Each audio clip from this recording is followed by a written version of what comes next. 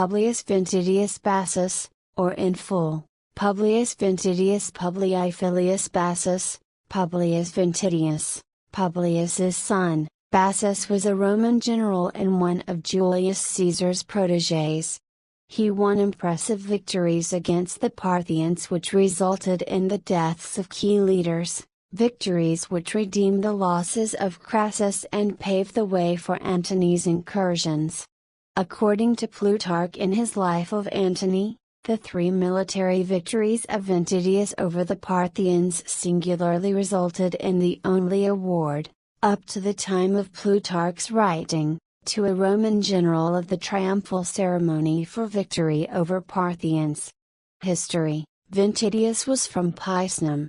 He and his mother were captured during the Social War, and both were marched as prisoners in Pompey Strebo's triumph through the streets of Rome.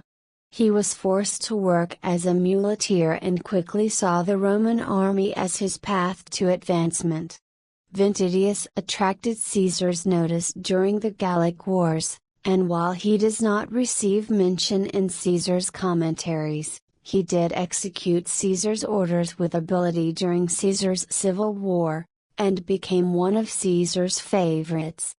Ventidius chose to stand pat during the early stages of Mark Antony's struggle with Octavian, eventually throwing his lot in with Antony. After the formation of the Second Triumvirate, Ventidius was appointed suffect consul. During Antony's absence in Egypt in 41 BC, Ventidius did nothing to support Antony's brother Lucius Antonius or Antony's wife Fulvia during their struggle with Octavian.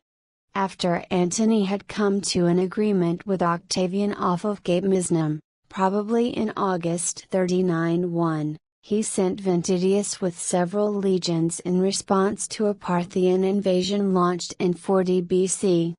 Ventidius' first major success came when he defeated Quintus Labienus and Phrenophates, the best of King Orodes' military commanders, at the Battle of the Cilician Gates and the Amanus Pass. After hearing of the battles while in Athens, Antony put on a public feast in the town, then proceeded to the Levant to join him. Despite this setback, the Parthians launched another invasion into Syria led by Pacorus, the son of King Orodes. Ventidius met Pacorus' huge army in the Battle of Serestica where he inflicted an overwhelming defeat which resulted in the death of Pacorus.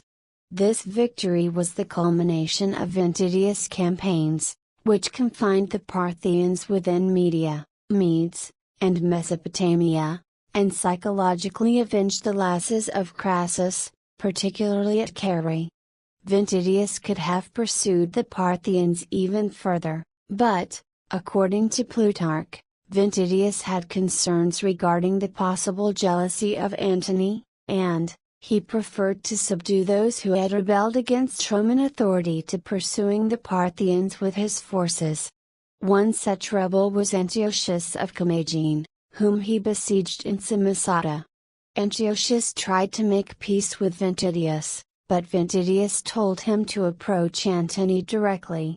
Wanting some of the glory for himself, Antony would not allow a treaty and proceeded to take over the siege. Antony's siege proved to be less effective than Ventidius, and Antony made peace. Whereas the treaty Antiochus originally offered Ventidius contained an indemnity of 1,000 talents, the final treaty with Antony had an indemnity of only 300 talents. After peace was concluded, Antony sent Ventidius back to Rome where he celebrated a triumph, the first Roman to triumph over the Parthians. After celebrating his triumph, Ventidius isn't mentioned again. In Shakespeare, Ventidius appears briefly in Shakespeare's play Antony and Cleopatra, where he is shown leading the Roman forces against Parthia. He muses over whether to risk rousing his superior's jealousy by going further than he has, after which he disappears from the play.